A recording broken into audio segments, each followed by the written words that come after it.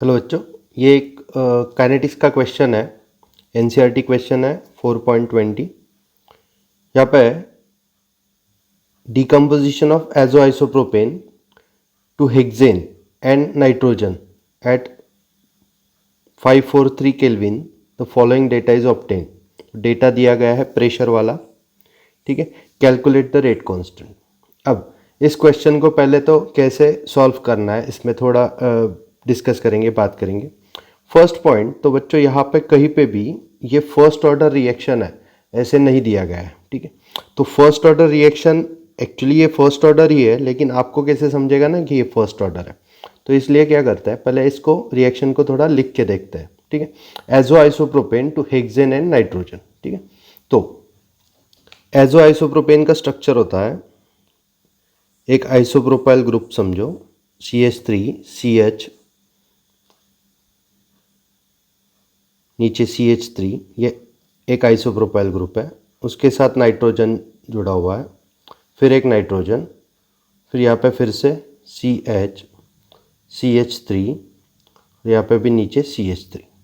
Now this compound whatever you are looking at is azo isopropane. Now ये azo isopropane decompose हो रहा है, मतलब कुछ उसी में डिकम्पोजिशन हो रहा है एजो आइसोप्रोपेन का ड्यू टू हीट और समथिंग। तो वो बना रहा है N2, that is nitrogen which is in gas phase. अब ये भी कंपाउंड किस में है, गैस में है, एजो आइसोप्रोपेन। क्योंकि ये प्रेशर वाला क्वेश्चन है तो all reactant products are in what, gas phase. तो उसके बाद आपको मिल रहा है C6H14, मतलब हेक्सेन मिल रहा है। तो ये सिंपलेस्ट ऑफ हेक्सेन लिख देते हैं यहाँ पे। ये तो डाइनाइट्रोजन है, ये आप समझ जाओगे गैसियस स्टेट में। नाउ क्वेश्चन में कहीं पे भी ऐसा मेंशन नहीं है कि ये फर्स्ट ऑर्डर रिएक्शन है और हमें बोला गया है कि रेट कांस्टेंट कैलकुलेट करो। तो बच्चों रेट कांस्टेंट कैलकुलेट करने के लिए हमें तो फर्स्ट ऑर्डर का इक्वेशन चाहिए होगा, लेकिन क्वेश्चन में मेंशन नहीं है। तो हम कैसे सेटिस्फाई करेंगे, तो हम 2 बार k निकालेंगे। अगर वो सेम आया तो k क्या रह रहा है, तो हमारे फॉर्मूला से k कांस्टेंट रह रहा है। And if it is constant then we can definitely say that this is first order reaction, ठीक है। तो क्वेश्चन में तो सिर्फ रेट कांस्टेंट कैलकुलेट करना बोला है, तो हम कर भी देंगे, कोई दिक्कत नहीं है, ठीक है। अब ये जो डिकम्पोजिशन हो रहा है किसका, एजो आइसोप्रोपेन का। तो यहाँ पे देखो azo isopropene into what, N2 and hexane. Temperature भी दिया गया है, टेम्परेचर कितना है तो यहाँ पे मेंशन कर दो 543 केल्विन। टेम्परेचर की हमें ज़रूरत नहीं है, लेकिन टेम्परेचर कांस्टेंट है, कितना है 543 केल्विन। अब देखो बच्चों ये रिएक्शन को कैसे समझना रहता है कि ये रिएक्शन सपोज एक कंटेनर में हो रही है। तो कंटेनर में शुरुआत को हमारे पास सपोज यहाँ पे कोई इंस्ट्रूमेंट है जो क्या मेजर कर सकता है, प्रेशर मेजर कर सकता है। तो यहाँ पे जो प्रेशर शुरुआत को दिया गया है, जब रिएक्शन स्टार्ट भी नहीं हुई, तो वो सारा प्रेशर किसका होगा, तो एजो आइसोप्रोपेन का होगा। तो रिएक्टेंट का ही प्रेशर होगा कंटेनर में, सिर्फ क्या होगा, एजो आइसोप्रोपेन होगा। और उसका शुरुआत को जितना भी प्रेशर होगा वो क्या होगा, इनिशियल प्रेशर होगा। तो इनिशियल प्रेशर आपको यहाँ पे समझ जाएगा, initial pressure is what, 35 mm of Hg, PI is initial pressure. उसके बाद कुछ समय जाएगा और फिर दूसरे भी प्रोडक्ट बनने लगेंगे, तो उसका भी प्रेशर क्या होते जाएगा, ऐड होते जाएगा। और हमें कुछ टाइम बाद, मतलब 360 सेकेंड्स के बाद और 720 सेकेंड्स के बाद का टोटल प्रेशर दिया गया है। This is what actually is total pressure it is.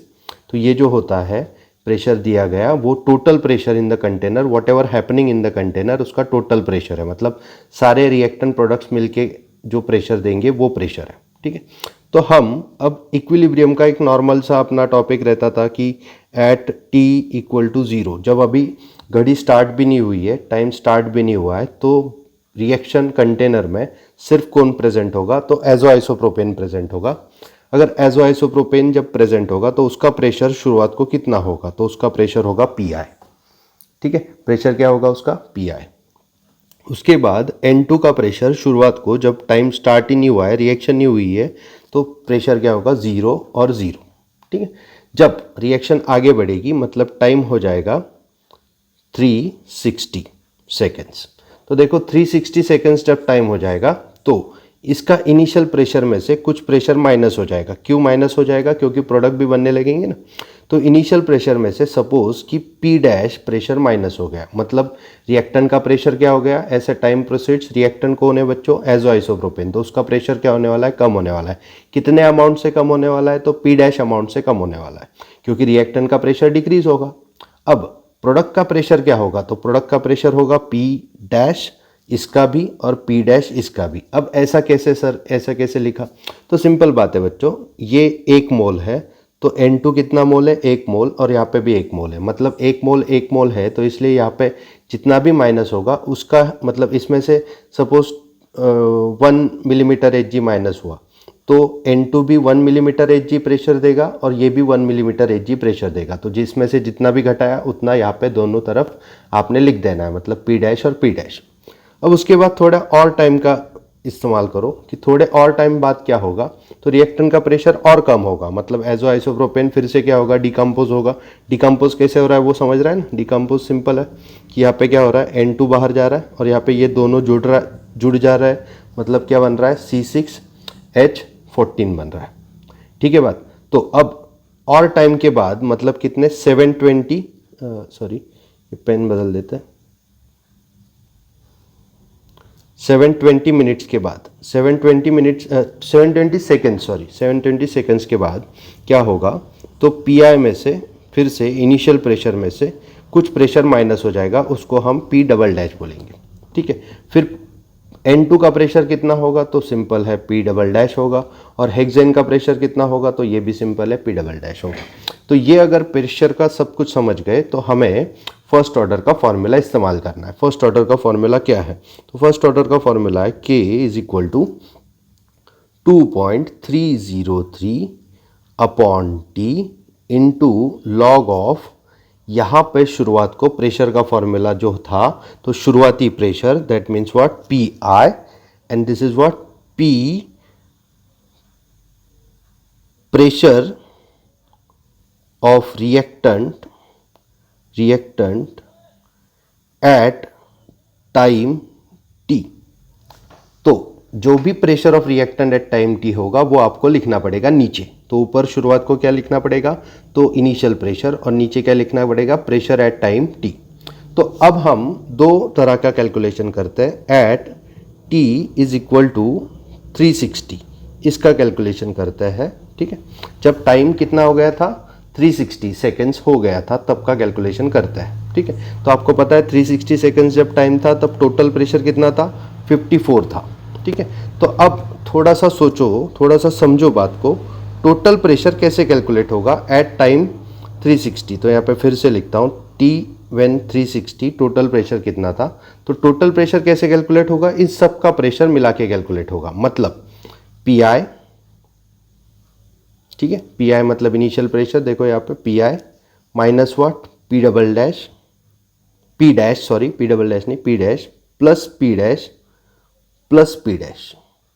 तो सबका प्रेशर मिला के ही शुरुआती ये प्रेशर एट T 360 होगा ना। तो ये देखो आपको क्या करना है? सिंपल इन सब का सम कर देना है। ठीक है, अब इन सब का सम होगा तब क्या होगा? तो आपको सिंपल पता है, यहाँ पे P डैश और P डैश क्या हो जाएगा? कट हो जाएगा। तो मैं यहाँ पे लिखता हूँ P डैश कट हो गया, तो बचा क्या? तो Pi that is initial pressure plus P dash. अब टोटल प्रेशर तो आपको पता है बच्चों, टोटल प्रेशर एट 360 क्वेश्चन में ही मेंशन्ड है। टोटल प्रेशर एट 360 कितना है? 54। ठीक है, तो आप क्या लिखो यहाँ पे? 54 लिख दो टोटल प्रेशर। तो यहाँ पे पहले तो इस स्टेप में हम PT लिख देते हैं फिर से, और यहाँ पे लिखते हैं 54।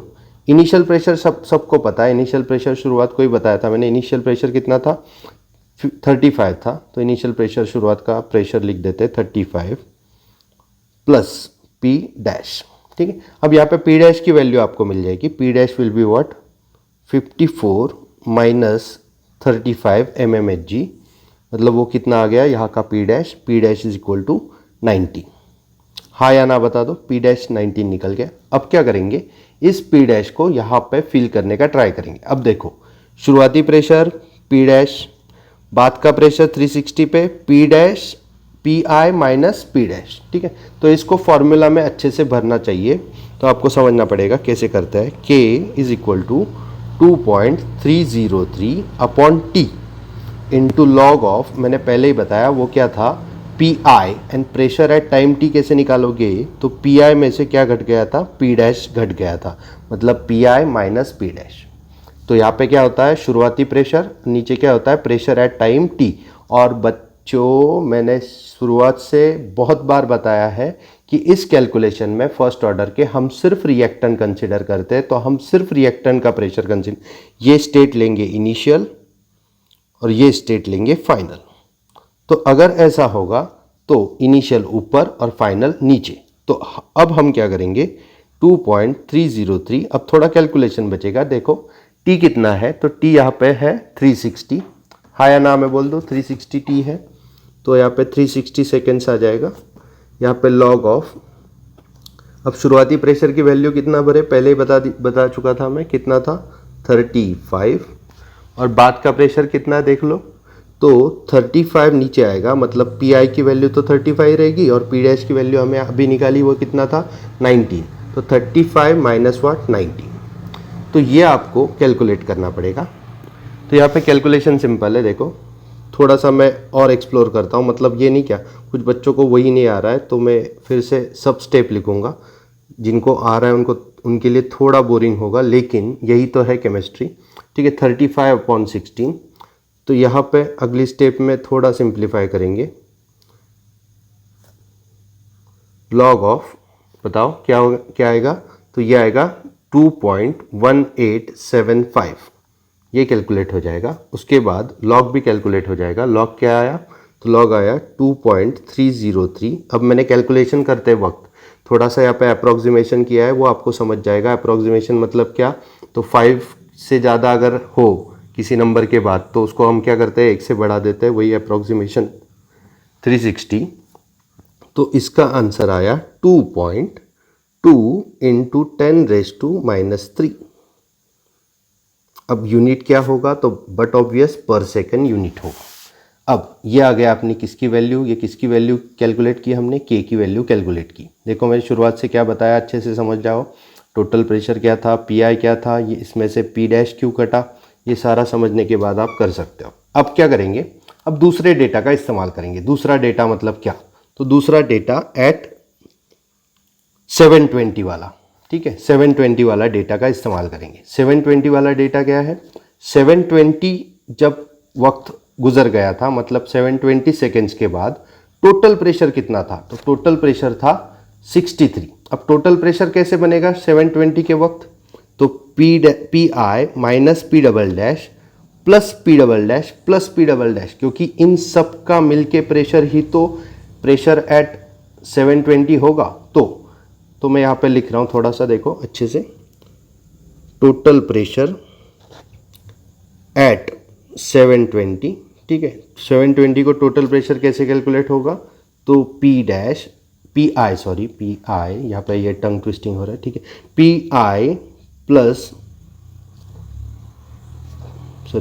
नहीं, ये देखो पहले मैं ऊपर लेके जाता हूँ, अभी 2 बार कन्फ्यूजन हो गया, तो यहाँ पे देखते हैं, यहाँ पे देखो P I minus P dash है, पी डबल डैश, तो यहाँ पे क्या, P I minus P double dash plus N2 का पी डबल डैश और प्लस हेक्सेन का पी डबल डैश। तो ये सारा क्या हुआ, तो P T is equal to क्या क्या कैंसिल होगा, देखो यहाँ पे, तो सिंपल बता दो, पी डैश डबल डैश और पी डबल डैश कैंसिल हुआ, तो पी आई प्लस पी डबल डैश, हाँ या ना, ठीक है। तो पी आई प्लस पी डबल डैश। तो अब टोटल प्रेशर तो 720 का दिया गया है आपको, टोटल प्रेशर बता दो कितना था 720 के टाइम, टोटल प्रेशर था 363, ठीक है। तो यहाँ पे क्या इस्तेमाल करेंगे, 63 लेंगे, ठीक है। देखो 63 is equal to, P I तो पता है आपको 35, हाँ या ना बोल दो, पी आई क्या है 35 प्लस पी डबल डैश। तो अब यहाँ पे पी डबल डैश की वैल्यू निकल जाएगी, P double dash is what, 63 minus 35, तो वो आ जाएगा 28, हाँ या ना 28। अब इसको क्या करेंगे, इस 28 को हम फॉर्मूला में इस्तेमाल करेंगे। देखो शुरुआती ये जो किया था, अब इसमें देख लो, पी आई इनिशियल प्रेशर था, और 720 के टाइम पे फाइनल कौन सा यूज़ करेंगे हम, P I minus P double dash. ठीक है, तो यहाँ पे फॉर्मूला लिखेंगे जल्दी से। देखो पी डबल डैश का वैल्यू यहाँ पे मिल गया आपको 28। फॉर्मूला लिखता है K is equal to 2.303 upon T into log of ऊपर इनिशियल प्रेशर किसका, एजो आइसोप्रोपेन का, और 720 सेकेंड्स के बाद वो इनिशियल प्रेशर कम हो जाएगा, वो कितना आएगा, तो P I minus P double dash. देखो ना नीचे की वैल्यू फिर से दिखा देता हूँ, नीचे की वैल्यू क्या है, तो प्रेशर एट टाइम टी क्या है, P I minus P double dash. तो P I minus P double dash हो जाएगा, तो यहाँ पे लिखता है 2.303 अपॉन टी। टी की वैल्यू बता दो, टी की वैल्यू कितना है, तो टी की वैल्यू मैंने पहले ही बताई थी 720, वो तो क्वेश्चन में मेंशन्ड है, इनटू लॉग ऑफ अब P I, but of course अब तो वैल्यू लर्न हो जानी चाहिए इस न्यूमेरिकल के लिए, क्या है 35 upon 35 minus P double dash की वैल्यू अभी निकाली थी, कितना था 28 था, तो पी डबल डैश इज 28। हाँ या ना बोल दो जल्दी से, हो जाएगा, हाँ या ना बोलो। ठीक है, अब इसको थोड़ा सॉल्व करते हैं, इसको पकाने के बाद आंसर तो मिल ही जाएगा। एक्चुअली आंसर अभी भी पता है हमको, ये सिर्फ मैं क्वेश्चन थोड़ा और डिटेल में समझा रहा हूँ, मतलब क्या, तो जिसको नहीं समझा उसको भी समझ जाए, ऐसा मेरा